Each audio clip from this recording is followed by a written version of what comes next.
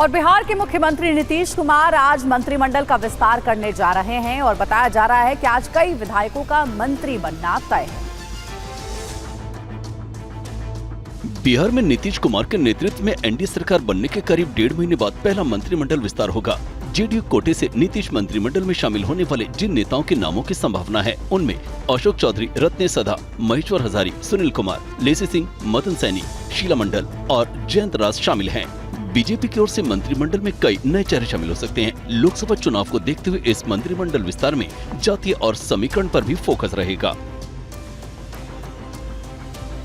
और बीजेपी ने मध्य प्रदेश की सभी 29 सीटों पर उम्मीदवार उतार दिए हैं। बाकी बची 5 सीटों पर भी उम्मीदवारों का ऐलान कर दिया गया है।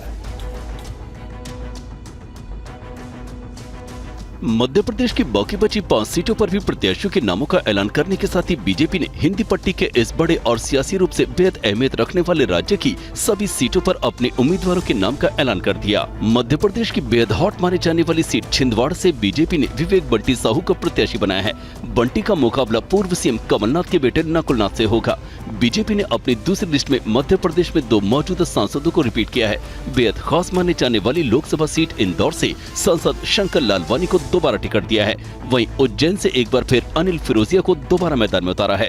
बालाघाट से बीजेपी ने नगर पार्षद भारती पार्थी को टिकट दिया है। वहीं धार से बीजेपी ने सावित्री ठाकुर को टिकट दिया है। मध्य प्रदेश में लोकसभा की 29 सीटें हैं। बीजेपी ने 2 मार्च को पहली लिस्ट में 24 उम्मीदवारों के नामों का ऐलान कर दिया था। इस तरह एमपी के सभी 29 सीटों पर उम्मीदवार घोषित कर दिए गए हैं। बीजेपी एमपी की सभी 29 सीटों पर जीत का दावा कर रही है। भारतीय जनता पार्टी के 29 प्रत्याशियों की लिस्ट आ चुकी है। मुझे इस बात की प्रसन्नता है कि आज लोकसभा इंदौर के कार्यालय का शुभारंभ हुआ है और इंदौर वो जगह है, देवी अहिल्या माता की नगरी है, जहां से हम अपना विजय का परचम ऐतिहासिक रूप से फहराते आए हैं। मैं उम्मीद करूंगा कि निश्चित रूप से अब की बार 400 पार 29 की 29 लोकसभा सीट हम जीतेंगे। बहुत बहुत धन्यवाद। दिसंबर में हुए विधानसभा चुनावों में मध्य प्रदेश में बीजेपी को मिले प्रचंड बहुमत से पार्टी के प्रदेश संगठन से लेकर केंद्र तक लोकसभा चुनाव को लेकर भी काफी उत्साह और विश्वास है।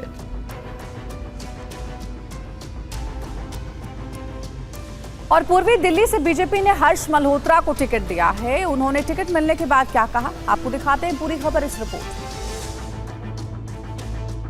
हमारी पार्टी की परिपाटी है। हमारे छोटे से छोटे कार्यकर्ता में इतनी ताकत होती है, इतने गट्स होते हैं कि शीर्ष नेतृत्व उनको जहां बिठाता है वो उस रोल में कामयाब होते हैं।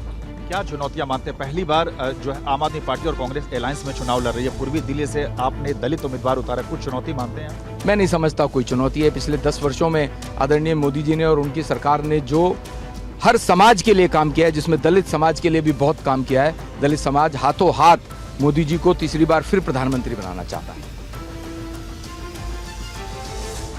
लोकसभा चुनाव से पहले पश्चिम बंगाल में बड़ा घमासान छिड़ गया। आखिर ऐसा क्या हुआ कि ममता ने छोटे भाई से हर रिश्ता तोड़ लिया?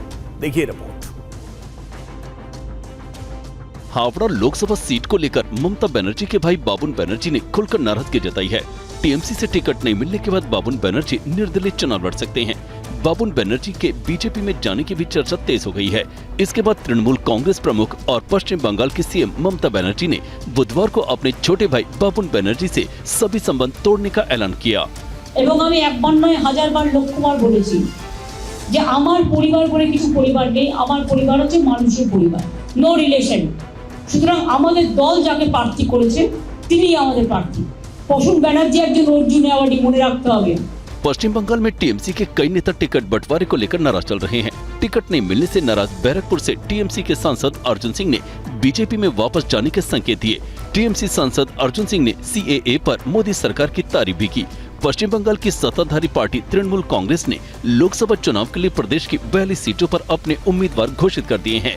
पार्टी से जुड़े कुछ लोगों के टिकट काटे भी गए हैं, जिसके बाद टीएमसी में विरोध की आवाज उठने लगी है। और यूपी सरकार में मंत्री और निषाद पार्टी के अध्यक्ष संजय निषाद ने बीजेपी अध्यक्ष जेपी नड्डा से मुलाकात की और उनके साथ एक सीट की मांग भी रखी। जेपी नड्डा से मुलाकात के दौरान संजय निषाद ने गठबंधन में एक सीट मांगी है, जिस पर फिलहाल बीजेपी से कोई ठोस आश्वासन नहीं दिया है। अपनी पार्टी की सीटों पर चर्चा करने के लिए आए थे कि निषाद पार्टी को भी सिंबल मिलना चाहिए जिस तरीके से हम लोगों को मिला। सम्मान के साथ हम लोग अलायंस है, नेचुरल अलायंस है। संजय निषाद की पार्टी बीजेपी के सहयोगी है। संजय निषाद के बेटे प्रवीण निषाद संत कबीरनगर सीट से बीजेपी सांसद हैं, जिन्हें इस बार भी बीजेपी के चुनाव चिन्ह पर टिकट मिला है।